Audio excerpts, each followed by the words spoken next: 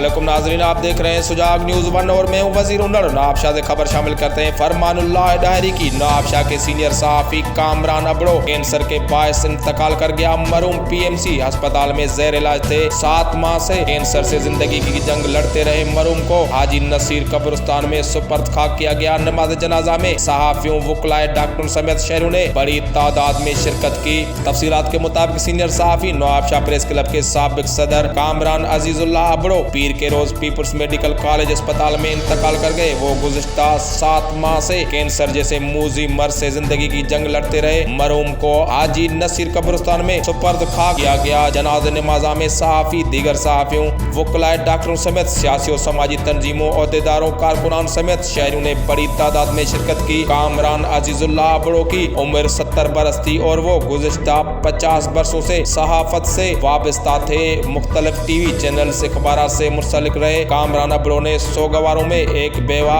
5 बेटे, 4 बेटियों समेत सैकड़ों अजीज और अकारिब और दोस्त शामिल हैं। सुजाग न्यूज़ 1 में फिलहाल इतना ही। मज़ीद खबरों और अपडेट्स के लिए देखते रहिए सुजाग न्यूज़ 1।